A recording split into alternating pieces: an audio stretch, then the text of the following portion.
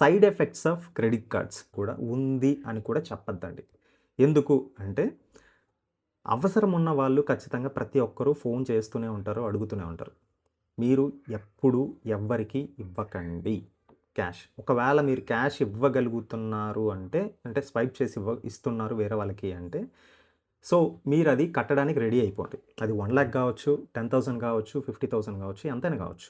మీరు ఒక్కసారి credit card 1,00,000 limit ఉన్నది మీ ఫ్రెండ్‌కి గానీ, లేదా మీ రిలేటివ్స్‌లో ఎవరికైనా గానీ ఇచ్చారు అంటే, దాన్ని మీరు ప్రిపేర్ అవ్వాల్సింది ఏంటంటే, పర్సనల్ లోన్ తెచ్చుకొని నేను దీన్ని రీపేమెంట్ చేసుకోవాలి అండ్ నా సిబిల్ స్కోర్ తగ్గిపోతుంది అనేది మీరు మెంటల్‌గా ఫిక్స్ అవ్వాలి. ఎందుకు చెప్తున్నానంటే, రికవరీలో 3 ఇయర్స్ చేసినప్పుడు నాకు ప్రతి 90% ఆఫ్ 100 అకౌంట్స్ ఉంటే దాంట్లో 90 అకౌంట్స్ ఇలానే ఉంటాయన్నమాట. నేను తీసుకోలేదండి, మా ఫ్రెండ్‌కి ఇచ్చాను. నేను వాడలేదండి, మా బాబాయ్‌కి ఇచ్చాను. నేను వాడలేదండి, ఫ్రెండు కడతానని చెప్పాడు. వాడు ఇప్పుడు ఫోన్ ఎత్తట్లేదు. నేను తీసుకోలేదండి, కట్టలేను. నాకు సంబంధం లేదు. నీ పేరు మీద ఉన్నప్పుడు నిన్ను కాక ఇంకెవరిని అడుగుతాడు? నాకు సంబంధం లేదని చెప్పి ఈజీగా చెప్పడం ఈజీ. బట్ కానీ తర్వాత ఫేస్ చేయాల్సిన ప్రాబ్లమ్స్ ఏవైతే ఉంటాయో అవి మీరే ఫేస్ చేయాలి.